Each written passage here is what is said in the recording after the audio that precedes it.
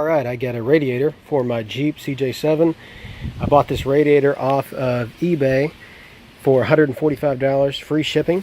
So I'm going to check it out and see if it works. Alright, I just cut the straps and open it up. As you can see, there's the radiator. Alright, here's the radiator. Kind of disappointed initially because the petcock here is plastic, and on the website, on eBay's ad, it's a brass one.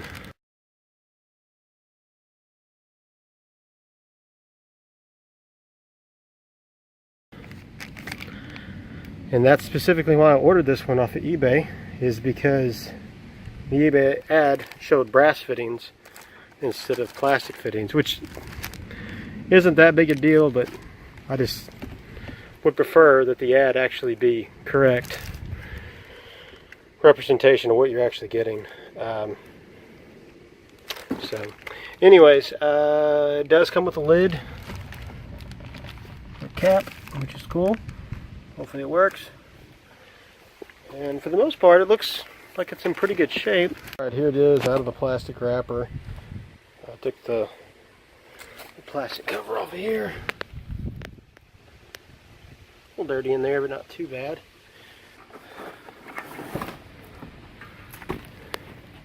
The inside here.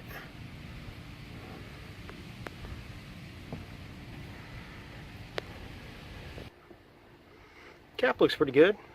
Here's the inside. You can see that in there a little bit.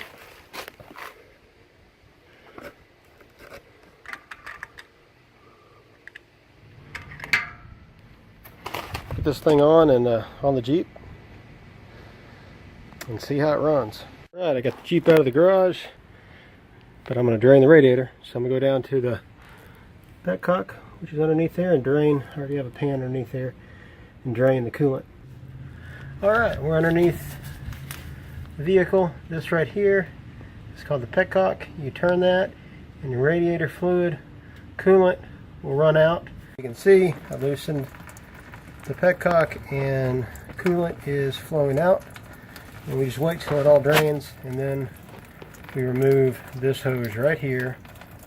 We're going to do a little clamp there with a screwdriver, pull that hose off, and the rest of the coolant will drain out of the engine.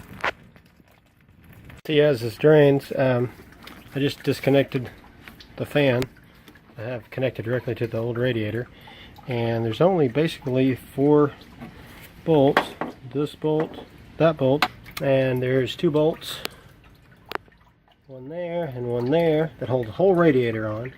And you got that hose down here and the hose right up here at the top, and you have these 2 little clamps that'll unscrew here.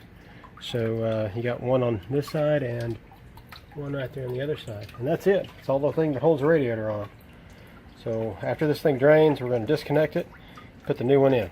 The old brass radiator, I apologize, there's a lot of wood shavings down there. I did some wood work and didn't clean up my driveway. But anyways, you can tell it's not in the greatest shape, but it's a solid brass one, which is pretty cool.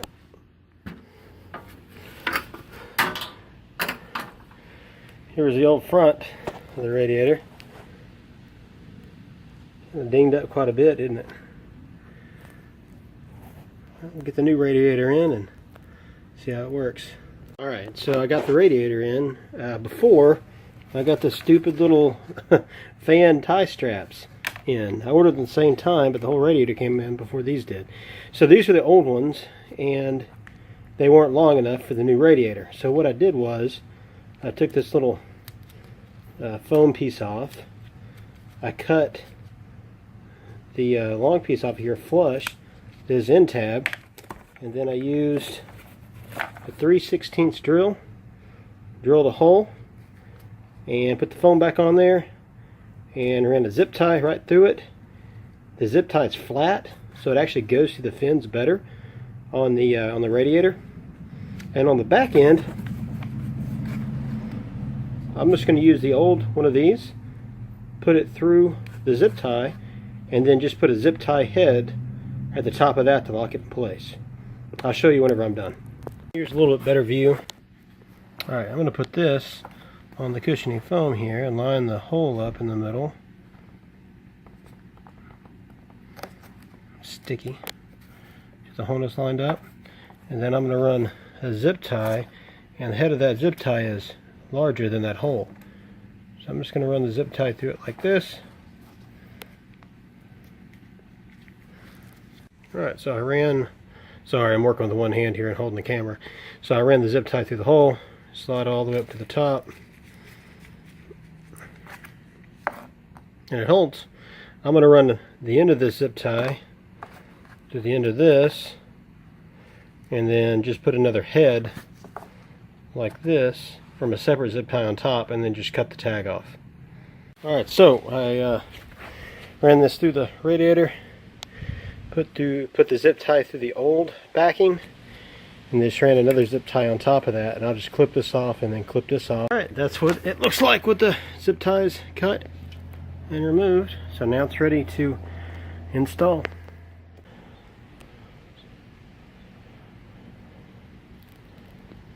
Alright, I installed the radiator and it fit perfect. I was very pleased. It lined up to the holes, went right in.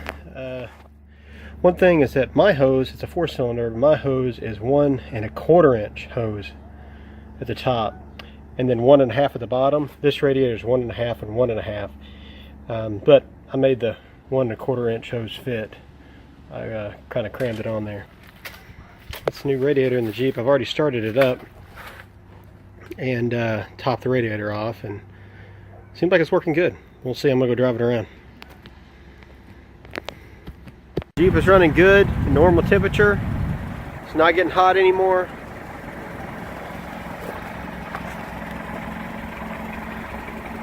Overall, the radiator is a really good deal.